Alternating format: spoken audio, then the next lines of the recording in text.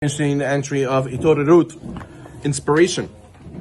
So he says, we were speaking last time, a person has to get daily chizuk, he has to give chizuk to his family, he has to find books, speakers, videos, lessons, teachings that inspire him, make him on fire for HaKadosh Baruch Hu. However, he says, to our detriment, Chas v'Shalom, we do know that there's sometimes these inspirations will only help to certain people. Not everyone will it help. He says, that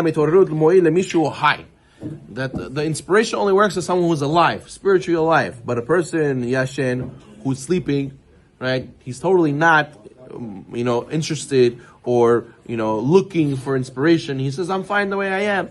Let's say, maybe he keeps Shabbat, maybe he doesn't keep Shabbat. Maybe he's honest in business, maybe he's not. Maybe, he keeps the laws of immorality or not. Let's say he's a guy who does what his desires. Listen, he says, I want to eat non-kosher. I eat non-kosher. What's the big deal? Listen, everybody is in their own level. Everybody is slowly, everybody comes from a different background. This is the level of Judaism that I like. So he says that he's sort of like sleeping, sort of like not really being on the level he's supposed to be at. And you want to inspire him, you want to raise him up, you want to go and make him chozer b'tshuva. So he says, giving him inspiration, sometimes it can work. Sometimes a guy's sleeping and he hears inspiration and he's chozer b'tshuva. But he says there's a deeper level. He says, Mishu met, lo yu'ilo itorerut, by a guy who's met, a guy who's dead, mamash, leave me alone, I don't want to hear this stuff, listen, all the rabbis and this, all these laws. It's about, I have good heart. I love HaKadosh Baruch Hu in my heart. That's it. That's what it matters. So this guy, he's sort of like dead. He doesn't want to hear any of this stuff. How are you supposed to inspire such a guy? How are you supposed to speak to such a guy? So he says, anyone who possesses Yirat Shamayim, when he hears Divrei Torah and he hears how you have to fight the Yetzer Hara, so it automatically forces him to go and change. Automatically, he has inner conscience pushing him to become better. But this guy, he's like a dead person. What? A dead person. You go and you pinch him, you stab him a little bit, you give him a shot, you give him a needle on the side. He doesn't feel it at all. So the same thing. This guy, you tell him this chazal, you tell him about the Genom, you tell him about Gan Eden, you tell him about this punishment, that punishment. It's like he doesn't feel a thing. He says, okay, Hazak Baruch, thank you. Okay, I'll think about it. Yeah, very nice. Okay, and it doesn't speak to him. So therefore, what? He says you should know that this person got to the point where already the sins look like they're permitted to him. He says, what's the big deal? What's the problem? He says things like, I don't believe that the person who breaks Shabbat should be stoned. I think that's radical. I think that's intense. Or he says, I don't think that it should be a problem to intermarry. Listen, it's racist. You have to be united. All this kind of stuff. He totally thinks that it should be permitted. What the Torah says is a sur. And he says, where does this come from? He says it comes from the fact that he did the sin so many times. The Gemara says once you do a sin twice, it feels like permitted to you. Why? Because there's a nature, when a person doesn't do a sin and he falls, he says, wow, I did a very big sin, that's very bad. But the Gemara says, well, you do it again, you say, hey, I did it again, nothing happened to me. I'm okay. I went to shul the next day, I went to the mikvah, I made money the next day, everything was fine. Listen, it's not a big deal. And the Gemara says, it becomes like hutar, it becomes like permitted. He says, listen, it's not a big deal if I do it. Look, life continues. So therefore what? Person, if you're right, if God would smite every guy who did a sin on the spot, lightning would go and destroy the guy. So you're right, nobody would do sins. But at the end of the day, God gave us free will, and the guy feels like, listen, nothing will happen to me. So therefore, slowly, this guy did the sin so many times, it becomes like permitted to him, and that's when he gets the klipa. He gets the shell of impurity around him, where it blocks any inspiration, it blocks any divrei Torah from really speaking to him, and therefore you're going to need something more powerful to break that shell, to break that klipa. So therefore he says, really, Rashi says this is a process that happens slowly, and you get to the point where the Gemara Brachot says the Reshaim, they're called dead while they're alive. Why are they called dead while they're alive? Because in this aspect, they're like dead. Anything that you speak to them, doesn't speak to them. They don't feel it. Their neshama doesn't absorb anything you tell them. So they're dead. It's like they're dead. But he says, how does this start? How does a person get to such a point? Says Rashi in Parshat Bechukotai. Rashi says that what? First, it starts how? Eno lo met Torah. The way you get to this point is first, you don't learn Torah. If you don't learn Torah, so obviously the sins are going to be more alluring. Have any positive power, spiritual vitamins for your Yitzhahara to fight. You're going to give in for your Yitzhar Tov to fight. You're going to give up and you're going to go and do what the Yitzhahara says. Your Yitzhar Tov has no energy. And then since you don't learn Torah, what's step 2, says Rashi? Step 2 is you won't perform mitzvot.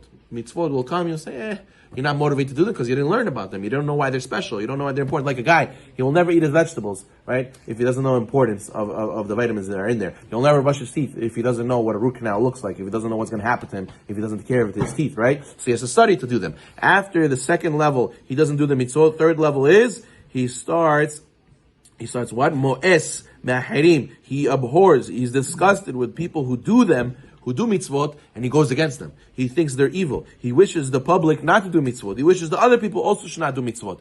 He shouldn't feel like the only one. He says, I don't want to be the only one. He says, how come you're a tzaddik? How come he's doing mitzvot? No, don't do mitzvot. Hey, all the rabbis, don't listen to them. It's all nonsense. All these, I'll tell you about this rabbi who was ganav, this rabbi who was a scam, this rabbi chilul Hashem. And he goes and he tries to bring down others with him. That's the third step, Rashi says. The fourth step, he says, he starts to hate the sages. The fifth step is he starts preventing others from doing the commandments and helping sinners, right? And the sixth step is he leaves the commandments of the Torah altogether. Usually some guys like this are traditional, and then the guy says, no, Vapsha, I don't want to do anything. And the last level, the deepest, 7, says Rashi, is he renounces faith in Hashem altogether. But where's the cascade starts from where? Because he doesn't study Torah. He doesn't study Torah, and what does he hear all day?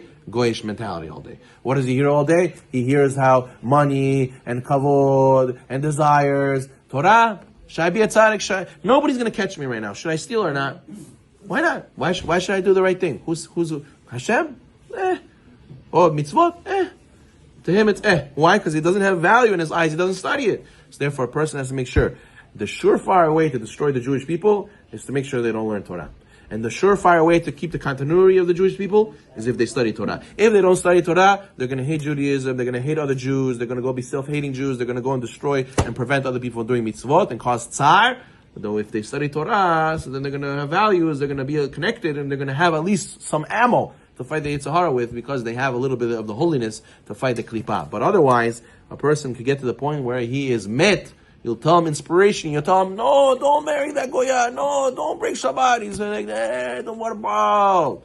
Why did he get to that point? Because he already died. Spiritually, he died. Why did he spiritually die? Because he didn't study Torah. Someone, even his parents didn't send him to yeshiva. He saw some chilul Hashem in his life, and it caused him to not study Torah. He has big desires, and he's not willing to fight them, to study Torah and to fight those desires, and therefore he'd rather not know, rather not ask, rather not tell. Sadly, people get to that point. But he says, so how do you save this guy who's met? Okay, he didn't study Torah, he got to this point, it's very sad. How do you get there? He says, usually from experience, we see that people who have a big tragedy in their life, they hit a brick wall in life, and then they start putting the pieces together, and they say, I need God in my life. The guy's Chas v'Shalom family member is in a coma. He starts saying Tehillim. The guy's falling off a cliff. He starts remembering, Hashem saved me. Usually that's how it works, sadly. But we don't want to wait to that point where a person has to explain to him that you need to really, really try to give us real soul searching. Be honest with yourself. A lot of people are not willing to be honest with themselves. They rather do their desires and have questions and not look for answers and be exempt. But a person who's really truthful and really wants to know what's the truth in his life, he'll do soul searching. He'll go to yeshiva for a couple months. He'll learn. He'll ask questions. He'll go to lectures. And even though he doesn't want to, but he says, the fact is, I want to be honest with myself. I want to live a truthful life, and therefore I'll give it due diligence. I'll go to lectures.